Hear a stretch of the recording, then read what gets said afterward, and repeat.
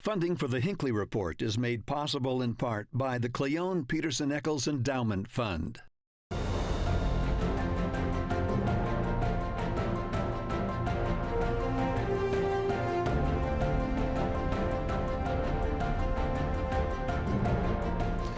Good evening and welcome to the Hinckley Report. I'm Jason Perry, Director of the Hinckley Institute of Politics.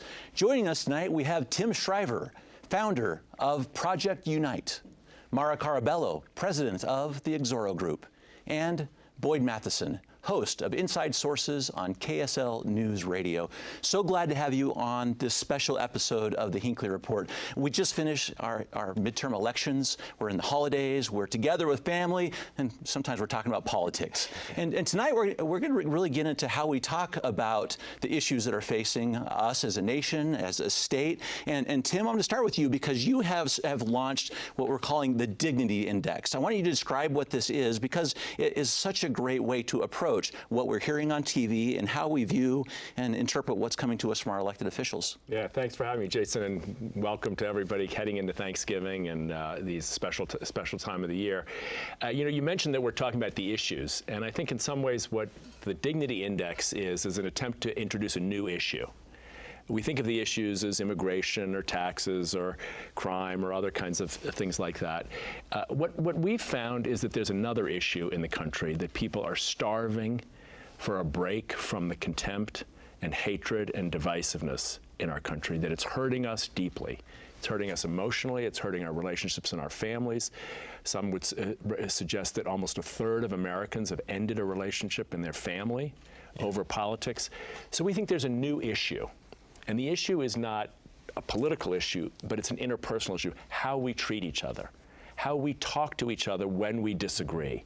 So the Dignity Index is our attempt to introduce to families, to businesses, and to politics a new way of solving problems by not treating others with hatred and contempt, but rather seeing the possibility of solving the problem by treating others with dignity. Mara, talking about treating people with dignity, let's talk about how this index works a little bit, because it's about taking speech, commercials, tweets, social media, and assigning a code to it. Talk about what that means. So first I want to talk about how exciting it is that the pilot project is in Utah.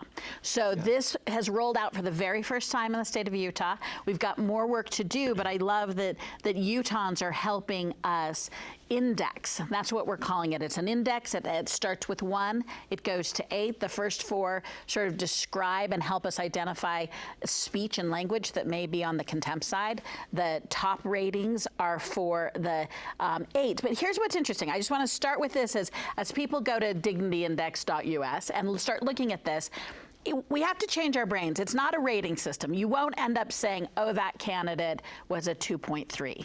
This is really what Tim said. It's about starting to internalize how we talk to each other, really importantly, how people who want to hold offices of trust, how elected officials are speaking to each other as they ask us for their vote. So we've put together an index with lots of help. I think we'll talk about this later, lots of help from the University of Utah to start sussing out what are universally held points of view about types of speech that we're hearing, particularly in this instance, from elected officials. Well, we're going to get into how we're all viewing this now that we sort of have this filter added to how we're listening to speech. When we hear it, we read it, we have the commercials through our airwaves. I want to maybe establish for a second what a dignity index is not. This is not a score of how nice people are necessarily. That's right. This is not about speech police. This is not about kumbaya group hugs or any kind of fake niceties that we can often get trapped into. This is about how we speak in terms of elevating the conversation to something a little bit different. I think in this country we can talk about anything. It's how we talk about it that actually matters. And the way we've been talking about things has actually kept us a really safe distance from actually solving the problems. So part of the Dignity Index for me is a self-awareness in terms of how am I approaching this. Just because we disagree on something, am I now seeing them as the enemy? Am I filled with contempt towards them because they disagree with me? because that contempt issue, the bottom end of the scale, means that because we disagree, you are worthless to me. And so I can melt down your Twitter feed, I can blow up your social media, and I can feel good about myself and go to church on Sunday and just be great. And so it's really getting us beyond just those very easy, very partisan kind of arguments, and actually getting to conversations that lead us to good principles and good policy. Yeah. So Tim, we're going to get into a couple of examples, but maybe for a second, as you have started this, we talk about civility and how important to be civil, but this is a different level. I'm wondering, just kind of explain why you went from the scale of, this is a 1 to 8, but the top of the scale is dignity, which is a little different than just civility. Talk about why you approach it that way. Here's the thing, as Boyd is saying, and Mars reminding us, the way we talk to each other is sometimes hidden from us. We sometimes think we can convince someone of our point of view by humiliating them. And we don't stop to pause and say, wait a second, is that likely to work? Is it likely to be successful that by calling you names, by accusing you of horrible qualities, by humiliating you for your position, you're going to be won over? The answer is clearly no.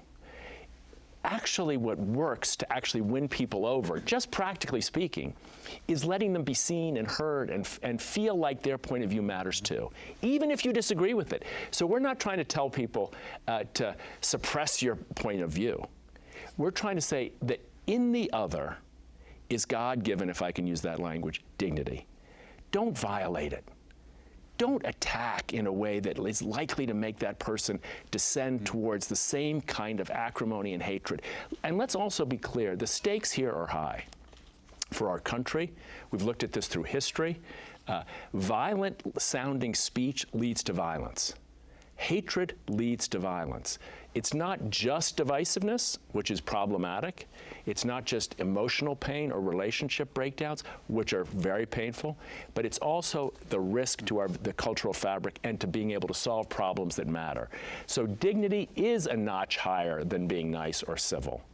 It's actually seeing in the other some of yourself. But what's great about that is the index is about us. Yeah. I mean, we're using the index in a political format to talk about speech we hear in public, but it also, I have found one of the things, we were talking about this before the show, one of the things when you look at the index and start thinking about it more, how much you're being more thoughtful about how and what you choose to say.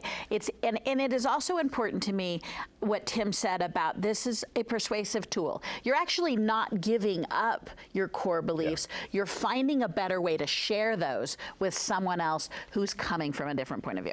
Good point. I think that's so important, and in terms of how we look at that kind of speech and where it actually leads us. This is not designed to suddenly change the behavior of elected officials across the country. We have to remember and recognize that it did. It would be nice if it did. And ultimately, I think it will, but we have to remember that it's community and culture that lead, and the politicians will follow. So this is not going to be a top-down, suddenly politicians are going to say, oh, I'm going to do this. It's going to be culture and community saying, we don't accept that kind of contempt anymore. We demand dignity in our speech because we're doing it, we're living it in all areas of our lives. It's funny, as Boyd's saying this, it's funny that we design something as a grading tool, but what it's turned out to be most powerful as is a mirror. So we think, oh, I'm going to grade Boyd on what he just said, but when I look at the tool and I pull it up on my phone, I think to myself, wow, I use that language. And what we hear from people almost universally, and this is why Utah is such an interesting pilot, because there is an openness to the concept of dignity in this state, and there is an innovative quality to this state, and there is a sense in this state that people are hungry for an alternative. So we're just getting started, but we are learning a tremendous amount as people are willing to use this index to see themselves first. And as Boyd points out, if we start to see the way we talk to each other in a new way, then the politicians, I'm sorry to say, because I come from a political family, they will follow. I'm sorry to say, probably not lead. Yeah. Well, what's interesting, you talk about this being a mirror. We had an opportunity to teach 22 students from the University of Utah how to analyze, based on this scale, some of the speech. And some of them talk about how this becomes a mirror and how it's adding to how they interpret what they hear and reflect that as well. So I want to show this video because we interviewed a couple of them about how this worked in their lives, and then we'll talk about some examples. Hi, my name is Steven Lenhoff. I'm a political science major here at the U. My name is Iridikunda Esperance. My name is Madeline Jones. My name is Susie Estrada, and I am a student at the University of Utah.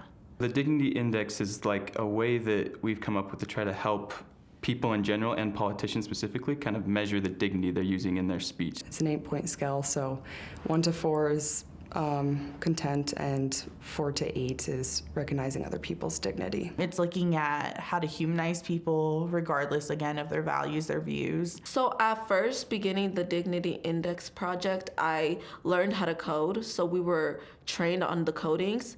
And then me and Steven moved over to pulling the passages and the context for the coders. I would get an email telling me they wanted this specific, whether it was tweets or whether it was speeches, and I would go spend a couple hours just kind of gathering a whole bunch of excerpts that we could work with. And then we send those excerpts to the bigger group of coders. Within that group, we would rank it against our actual printed scale and say, okay, this looks to be a 4, and then sometimes we'd have disagreements among our own groups, and we would try and come to terms with that and figure out what it actually is. So after that discussion and understanding and learning from each other, I think the learning process was very important. Being able to then decide, okay, well, after this discussion, I think that, yeah, a 6 would be the best way to go because of this. This made sense to me. So that helped to eliminate some bias. I think what surprised me most from my end was seeing the reactions of the politicians. When I'm looking at their tweets pretty much every day for my role. And at the beginning it was normal, but as soon as the scores were released, the politicians would start to tweet about the scores and their like of them or usually their dislike of them. I think the ways that my thoughts about political dialogue have changed through this experience have been internalizing that dialogue as a tool. And I feel like for those that don't know the Dignity Index and don't know what it is, I feel like should definitely explore it and get to know what it is. Politics doesn't need to be synonymous with divisiveness like I think it's coming to be. And I think that if everybody even just had a chance to read through the score, they don't even need to necessarily see it scored on people, because even that can sometimes bring up thoughts of who's better, who's worse. But if you could just read the index, it makes you think about, well, what's a more inclusive way to say this and a more inclusive way to say that. The great thing about it is everyone can understand it because it's really just about how we treat each other. It's not judging policy or anybody's political beliefs. It's about who's the most cooperative and who really treats everyone with dignity and respect. It's so interesting when you hear it through the lens of these students. And what was interesting is I've talked with these students as well. It's like we talk about dignity for ourselves, but they're also talking about appreciating the dignity in other people that we're hearing from. Talk about that just for a second, because I want to go through some examples after that. Well, it's so interesting because a lot of what you hear the students describing is something we teach in school. And we've taught for many years. We teach, for instance, in how to be curious and not furious. Yeah. Right? How to be able to disagree without being disagreeable. And a couple years ago, we went and talked to kids about what was going on in the country, and they said, look, we're not the problem. Adults are the problem. The bullies are in politics, not in schools. So it reminds us, when you hear the students talk, that there's a sense in which we have to own in the media, in political life, in culture, business, we have to own the extent to which we can shift from being people who think that we win by defeating, by demeaning, and instead win by problem solving and being curious and like I say, and not furious. It taps into this larger movement that we've spent some time in the justice community, in which there's really important efforts to change hearts and minds and have public discussions. But what I like about this is it focuses on behaviors, and behaviors are changeable, and behaviors are what impact and set the table for the public space and public dialogue. And so the achievability of this is that it is a behavioral change we all can make. We're still holding our same opinions, right? Yeah, that's right. But we're asking for a social contract that says this is what we accept when you're in the public domain, specifically in policy. Can we get a couple examples? And Boyd, why don't you take this first one? Because we're going to talk about what the number was that was given, but it's beyond just what that number. It's to the heart of how we receive these things. things and to what is coming. Let's give an example of a 3. We had a couple commercials. This first one, a 3, is kind of the hallmark of this is, I'm just going to tell you in advance, we're the good people, they're the bad people. It's us versus them. This is an approach. Let's watch this video and talk about how this is at play. I know what it would do to my business if I didn't get paid. I think if people knew that Evan McMullen had stiffed people that tried to help him, $600,000. Just think about what these people are going through, and I don't think he thinks about them at all. He got what he needed, and he's moved on. It's not right. And what's sad about it is people in Utah are good people. I think Utah means a payday for Evan McMullen. That's the trademark of a con man. Once you've been burned, it's hard to go back. Cut for Growth Action is responsible for the content of this ad. Dignity to contempt. This one was a 3. This us versus them. Yeah, and also getting at the intentions of the other person, trying to read their moral character and assigning some of those things. And I think it's really important as we go through this, part of what Tim said in terms of historically we've had this idea of win over rather than win with, or to Mara's point, this is not about everybody agreeing on everything. Oneness is not sameness in America. We want that to be different. And so to me, the real history, if you go all the way back to Aristotle said that political life in a free society was the humanizing arena for moderating conflict and pursuing the common good. Now think about that. Centuries before the internet and social media, a humanizing arena, not dehumanizing, not demonizing, but humanizing, that personal connection to it. And then moderating the conflict, not escalating it or exacerbating it, and then getting to the common good rather than just the political power good for the few that are in charge. And one way you can filter that is you watch these commercials. So again, I'm going to own that I'm a practitioner. And I'm also going to own, we have had many conversations during election cycles, Jason, where we talk about negative campaigns. And the reality is negative campaigns keep happening because we keep buying them.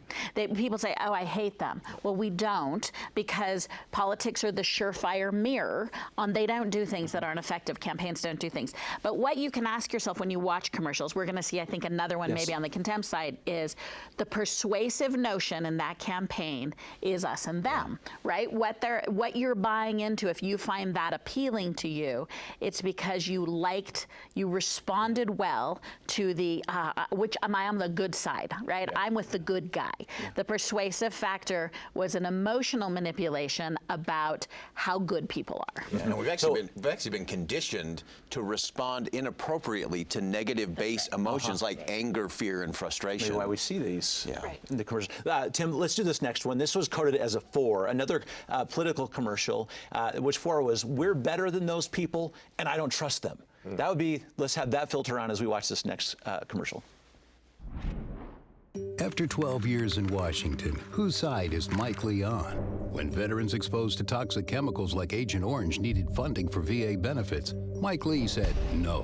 When 9/11 first responders needed health care funding, Mike Lee was one of only 2 senators who said no. And Mike Lee was the only senator in America who said no to new legislation to fight opioids and fentanyl. Mike Lee, it's time to say no to him. Put Utah First PAC is responsible for the content of this advertising. Okay, on the contempt side of the scale, Tim, and this was this idea about making sure we don't trust people, putting them in the category of people we don't trust. Yeah. So what viewers are looking at right now, a lot of people are saying, yeah, but that was right. You know, yeah, but that is Mike Lee, or that is Evan McMullen. And I'm listening to the viewer. I'm listening to the conversation on the other side of the screen right now. And they're saying, but what if I think that's true? Yes. As we've said here, the index, the score, isn't trying to say that all opinions are the same. And it's not trying to say that all principles are the same. Some people say, I'm not going to compromise on my principles. Don't. Please don't. Would hate to have a country where people compromise their principles. Violation certainly of one of mine. What we are saying is when we disagree, don't use that tactic. Don't use that tactic, because then you demean your own principle. So on both of those ads, in my view, one a little bit more extreme than the other, you see the demeaning of the principles of the person that you're trying to support by using a tactic that is simply designed to humiliate or treat with contempt your opponent. That's not the right strategy for solving problems. It doesn't work. It leads to fracturing, to tension, and to log jams in problem solving. So the only thing we know about contempt for sure is that if you don't want to solve a problem, and if you don't want to ease divisions, and if you don't want to prevent violence, use hatred and contempt. You're guaranteed to get all three of the opposites. That's interesting word, tactic, that you use in there. And so good on the scale, at least we learn to see it for what it is. Yeah. How about a couple examples that were higher on the dignity scale? Mara, I'd like to play one for you. This was the Congressional District 4 debate. This is Darlene McDonald, and this was coded as a 6.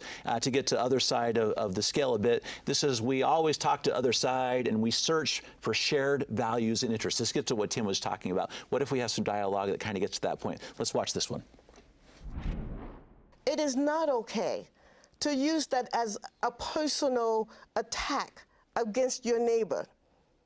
Love thy neighbor. I take that very literal. I take that to mean that we should at least know who our neighbors are and get to know our neighbors and have conversations with them. To be able to even break bread with them. It is good when you can share a good meal with people. Even with people that you don't agree with. You can at least come to some common ground, some common consensus. But we don't have that today in our current politics because it's always about getting one up over the other. Mara, I want your take on this. As I listen to it, it's just interesting because some in the political world, and you've advised many, would see comments like that as being the weak approach. Right. I mean, and I want to put context to it for our viewers. I'm always aware, as many of our viewers know who are highly engaged, that was during a congressional debate in which, in fact, the incumbent wasn't there. But I think that the dialogue exists whether we see these races are competitive or not. I don't want people to say, wait a minute, that only exists if it's not heated. Right. And I don't think that that's true. She was able to offer a point of view that was about her philosophy. Then they go on later to still find space to talk about disagreements and talk about the issues, but that insertion shouldn't be seen as a weakness. Now, I will tell you, and I've talked about this as we've indexed, there are going to be times and places, I think. So, for example, the highest form of 8 is really coming to some level of consensus. And I think that, for me, on this scale, exists predominantly after you're elected. I have a high expectation that 7s and 8s should exist in the body electorate. So whether that's the Senate or the House or a city council, I expect that that be their goal. In a debate, I doubt we're going to see many 8s because it's sort of not the forum.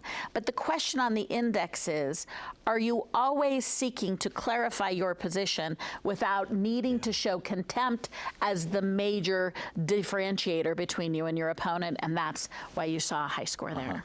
We didn't see any 8s this time as we were coding, but we did see a 7. Boyd, I want to talk about this one. And the idea behind a 7 is that we are fully engaged with the other side, discussing hard issues so we know where they are coming from. This was the 3rd congressional debate with John Curtis with his statement. Well, if you know anything about me, you know I like to talk about this. I'm kind of the rare elephant in the room on climate change. Listen, I think it's important on climate to do something which we don't generally do in this conversation. And that is, if you draw a continuum and you take people where they are on this issue and you value everybody's opinion, we can have a very thoughtful conversation about how we reduce emissions and how we pass on an Earth better to our children than the one we inherited. Yeah. Boyd? So as you look at that, it really is such a great example of, if that was a contempt argument, there would have been a whole bunch of pejoratives on the front end of, you know, crazy this and Green New Deal that. But instead, he started from a place of curiosity. So contempt actually kills curiosity and prevents us from having bigger, broader, more elevating discussions. And what Representative Curtis did there was just that. Said, look, I'm a rare person in this space, but I want to know why you think that's a good idea. I want to know why you think this will help us deal with this particular issue. And so we have to be careful. One of the leading main byproducts of contempt is that it kills curiosity, and I'm one who believes that losing our curiosity is what puts us in our isolated bubbles, and lack of curiosity is a real threat to our constitutional republic. What I love about this example is for Representative Curtis, he's navigating largely his own caucus in many ways, right? So that is a Republican likely trying to be persuasive to other Republicans. But it's also, it's not just killing, it kills curiosity. It kills also the opportunity to solve problems. Yeah, exactly. Right? So any problem of the whole is going to require the whole. Yeah. And any system that is designed to break the whole apart will make it impossible to solve problems. Mm-hmm. Whatever your position is on climate, there's only one way to solve it, and that's with everybody working on it together. That's right. Otherwise, it doesn't get solved either, no matter what you believe. Same thing is true on most problems. If you think of big divisive issues, guns, immigration, abortion, things like this, I'm not afraid of those issues because I actually think there are ways to solve the meat, the heart of those issues when we actually listen to people across the spectrum. It's not going to please everybody, and principles will prevail in one situation or another.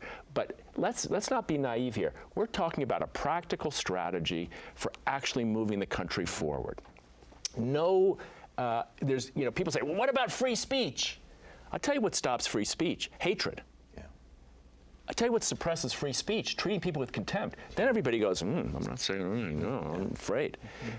So we're trying to not just open the door to civility and dignity, but open the door to the freedom to express oneself so that we can actually integrate the best of each other. Our last 30 seconds. I think what Tim hit so powerfully there is we often end up with either a silent majority or a secret majority. So yeah, hate is the real killer of free speech because we either go silent or we go secret, and then we can never get to solving any kind of problem. We just got to say, I know we're out of time. As people go to Thanksgiving, look at the dignityindex.us. Yes. Pull it up on your phone and think about that uncle, that cousin, that nephew, that brother, that sister, that parent, and just try to practice this year. Perfect. Such a great conversation and important. Thank you. And thank you for watching the Hinckley Report. The show is also available as a podcast on pbsutah.org/Hinckley Report or wherever you get your podcasts. Thank you for being with us. We'll see you next week.